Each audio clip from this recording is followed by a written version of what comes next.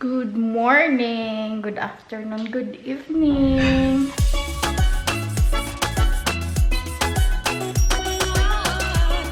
Nandun si Rico nag-prepare ng aming breakfast. Today is Sunday. Ngayon ako aalis. Last kain namin ni Nico together.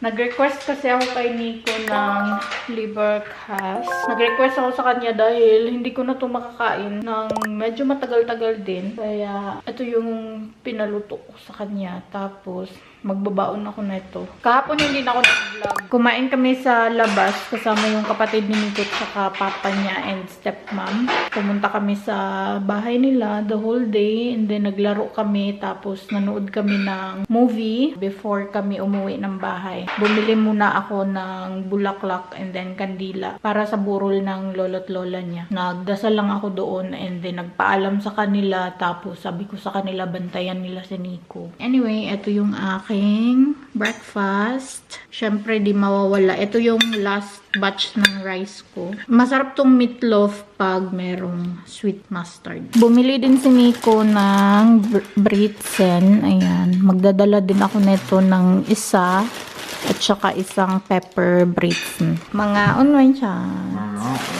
Ngaon ta. Palis na kami. At dapat umalis kami ng 10:30 pero hindi kami nakaalis. It's 11 na. Kakaalis lang talaga namin. Pero Sunday naman, di naman gaanong traffic ngayon sa super highways.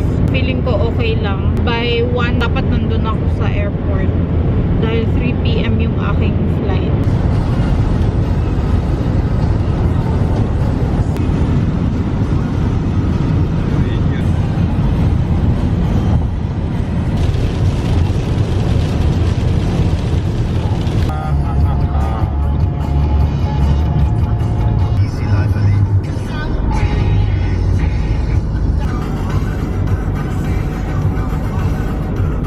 Dito na kami.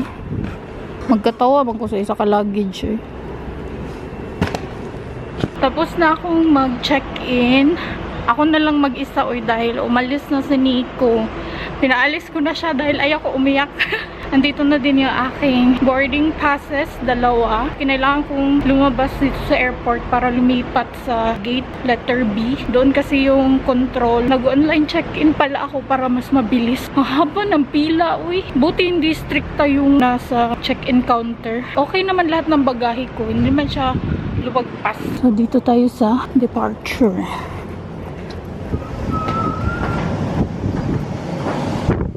Pinalipat kami dito sa departure C.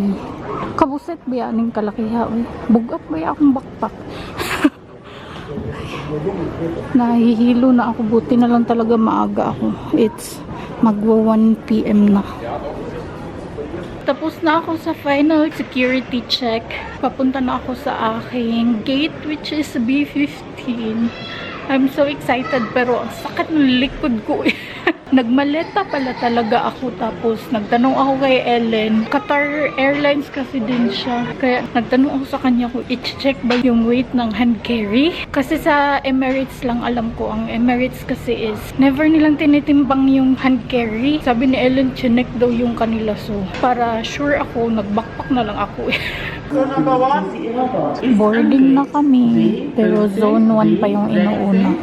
Yung boarding namin is supposedly 2:15 pero ano ng oras. Late na sila ng 15 minutes. First time ko sa Qatar Airways kasi lagi akong nag-Emirates.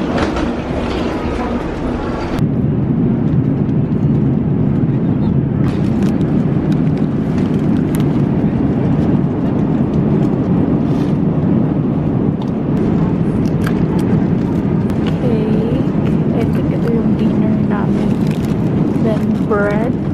Mainit-init pa siya Then, ito yung soya pepper chicken. Mga unta.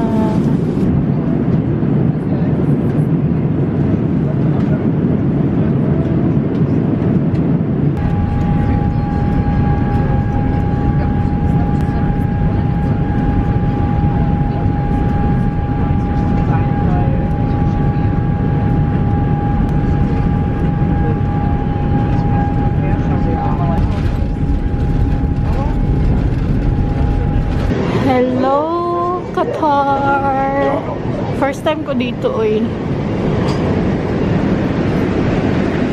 8:30 na German time. At hahanapin ko lang kung saan yung gate ko. Almost 3 AM yung aking boarding time. Ang ganda ng airport nila. Aesthetic ang mga upuan. Malinis. Nice.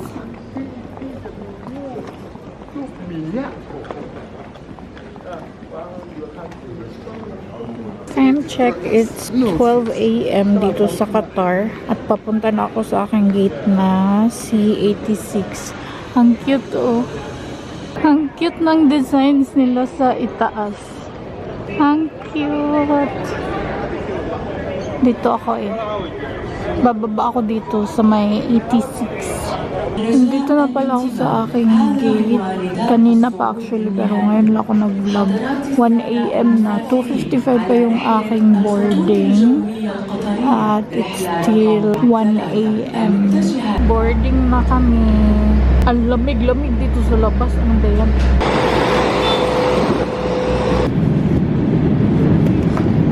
Coca-Cola product. So Coke, Sprite, Time's out. Uy, how are you? Kuya. Kuya. Kuha ako ugma, bi.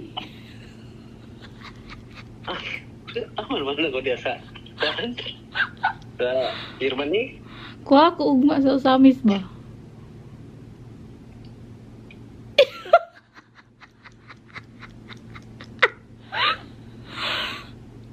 Kaya pagbigay.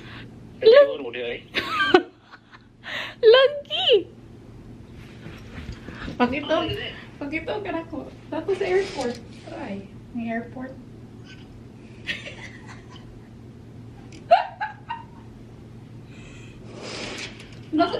Nako sa waterfront. Cebu?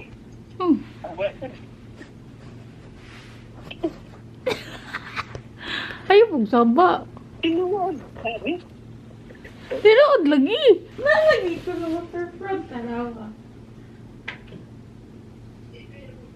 Oh, waterfront. Waterfront Cebu. Oo. Allah ka.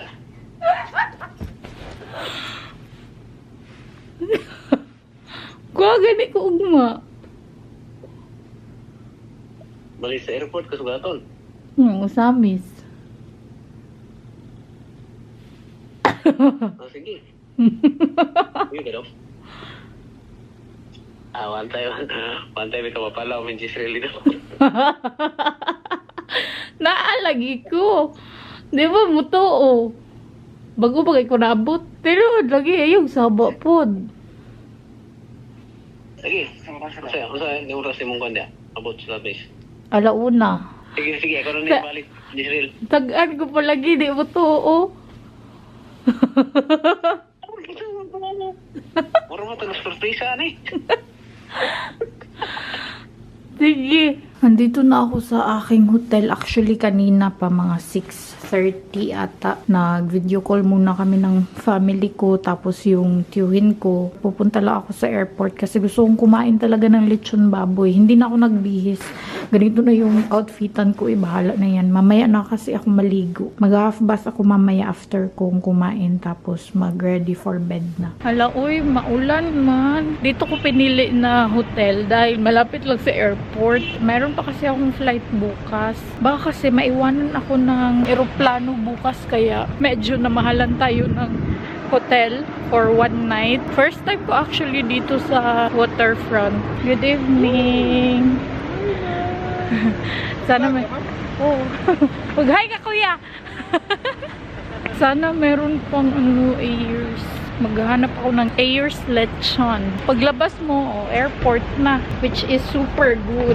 Nandito yung Ayers pero hindi ko alam kung saan ako pwedeng kumain. I think merong restaurant doon. Hala, merong ngoyong. Ayun ang Ayers. Dito ko kakain. Tapos merong ngoyong doon. 200 plus na to siya. Bibili muna ako ng ngoyong dyan. Andito na ako sa kwarto ulit. Ang busog ko eh. Dalawang ngoyong yung aking kinain. Feeling ko mas masarap pa yung ngoyong kesa sa lechon. Pero masarap yung balat nila, crispy pa. Tapos yung sausawan na suka, masarap siya. Kukuha lang ako ng aking pantulog. Yung aking susuotin bukas, i-ready ko na siya. Nadala ko patuloy itong aking pang spring na jacket. Pero buti na lang, nadala ko to dahil yung biyahe ko from Doha to Cebu, sobrang lamig sa airplane. Kahit na meron na akong kumot, malamig pa rin talaga siya. Mag-half bath muna ako before ako mag-room tour. Time check, it's 2 a.m. Jet lag is real. Hindi ako makatulog. Kakatapos lang din namin mag-video call ni Nico. I think nakatulog ako habang nag-video call kami. Anyway, since bukas mabibisi na ako, bukas ko na sana kayo i-room tour pero since gising na gising yung diwa ko, ngayon na lang i-room tour ko kayo dito sa na-book ko na double room. Ito yung door nila. Pasensyaan nyo na yung aking luggage. Meron kang lagayan ng luggage dito. Tapos meron kang closet with safe yan siya. Automatic yung ilaw. Char. Malaki yung safe. Nice. Sa right side naman, ito yung CR. Diba? Ang laki ng mirror. Sobrang laki. May mga complementaries. Yung bath gel ginamit ko dahil nag-half bath ako kanina. Meron pala silang bathtub dyan. Nag-tea din ako kanina. Complementary. Meron silang water. Nandito naman yung kanilang minibar, TV, ito yung beds, meron kang working station mo doon. Yung aking view is airport. Ayun, umulan pala. Hindi ko alam umulan. Airport na yan siya, domestic airport yan dyan. Diyan ako kumain kanina eh.